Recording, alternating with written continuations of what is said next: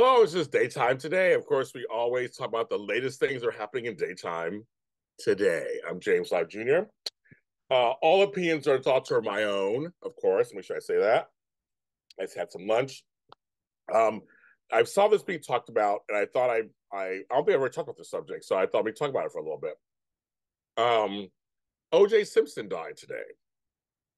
Now, you won't get any sympathy from me and from many other people. I'm seeing this weird sect of folks are feeling bad, I guess, and kind of excusing some of the stuff that he did.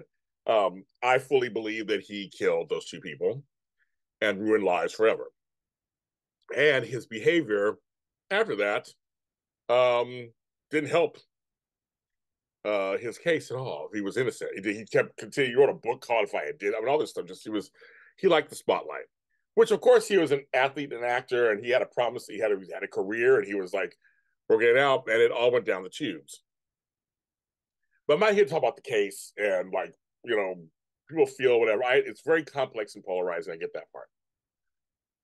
But I am here to talk about the case in terms of soap opera because there's a lot of talk, especially with his death, has brought up in the soap communities. Did he kill soaps? Is he responsible for the demise of soaps? Um, I'm seeing all sides of it. Of course, I was there. I was alive and around and all this stuff. So I remember my own stuff too. But I look at it, and my answer is no. He didn't kill soaps directly or anything like that, but he did help chip away at the soap opera. Just like several decades later, well, a decade later, internet, more cable channels. Also, maybe a decade after that, the Real Housewives. I think a lot of factors over the last 20, 25, 30 years have chipped away at the soap opera. Concurrently, the soap opera, in many ways, has not evolved into something a little different either. I think there's two threads going on here. There's two threads going. The soaps were having their heyday in the 70s and 80s and even early 90s. They were working it out. The one soap opera, and it didn't matter if you liked it or not, the one soap opera that was really giving you something different was Days of Our Lives. Days was like, I'll possess you from the devil, and this over here, and that over there. They would give you all kind of stuff. They always try stuff. So of all the soaps, they were the ones trying different things. But they did start to get a little stale. Some of the same soap tropes over and over again. How many combinations can I sleep with each other? And also I think it's part of that growth problem you have when you've been around a long time. Some shows get 5, 6 seasons, they have problems. We're talking, these shows were hitting their 25-year mark, 30-year mark. They've been around for a long time. And the audience was slowly changing and evolving. I don't think they always evolve and change with the times. So I think that was kind of happening. The thing about the OJ thing that is true, it's been proven as many and I was there, it was the birth of the reality court TV stuff, which is a huge industry now, obviously.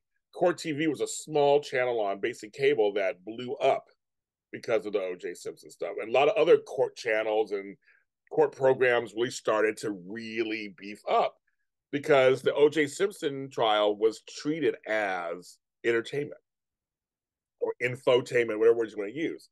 So, and it did preempt a lot of the soaps, or some of the soaps. So some of the soaps were off, they were on, it was just all kinds of, but people were caught up. But I don't think I don't personally think that it's OJ's fault completely. That was the beginning. Like, no, just that it was a chipping away point to soap operas.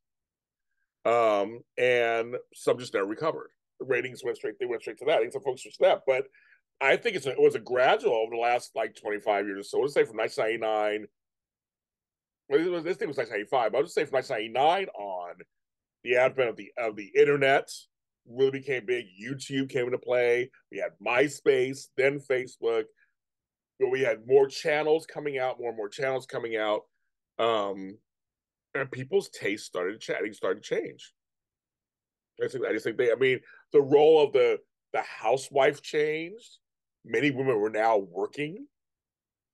They weren't just sitting at home, knitting sweaters and making dinners. They were out there. They were part of the workforce. Starting with my generation, I was a latchkey kid in the '80s, and then we grew up, and then we were going to school, and we were trying to work, and we were trying to raise our kids, and I think there were many, many, many factors, like the Real Housewives. The Real Housewives were treated as soapy, and I put in quotes, it's reality TV. So people are like, these are real life, because there was a whole thing about how the covers of like People magazine, all those things, they're running out of celebrity scandals. They purposely started splashing the housewives on the covers. Same with back in the day with the OJ trial. They made characters out of everybody. Got Kato Kalin and a judge, and they totally did a whole thing. And that whole if you haven't watched that Ryan Murphy production of the OJ thing on TV, that was so good. It was very good, very, very, very good. Check that out if you get a chance. Check that out.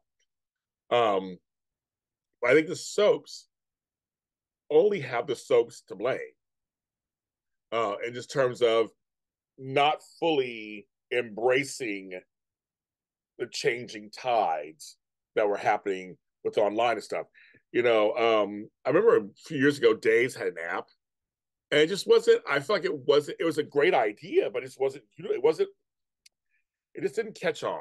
And I guess when back in the late 2010s or early 2010s, when All My Children and Want to Live tried to go on with Prospect Park onto online, it was just too soon. There was just certain things the audience wasn't ready, and you had to kind of test. You have to kind of test the waters of your audience.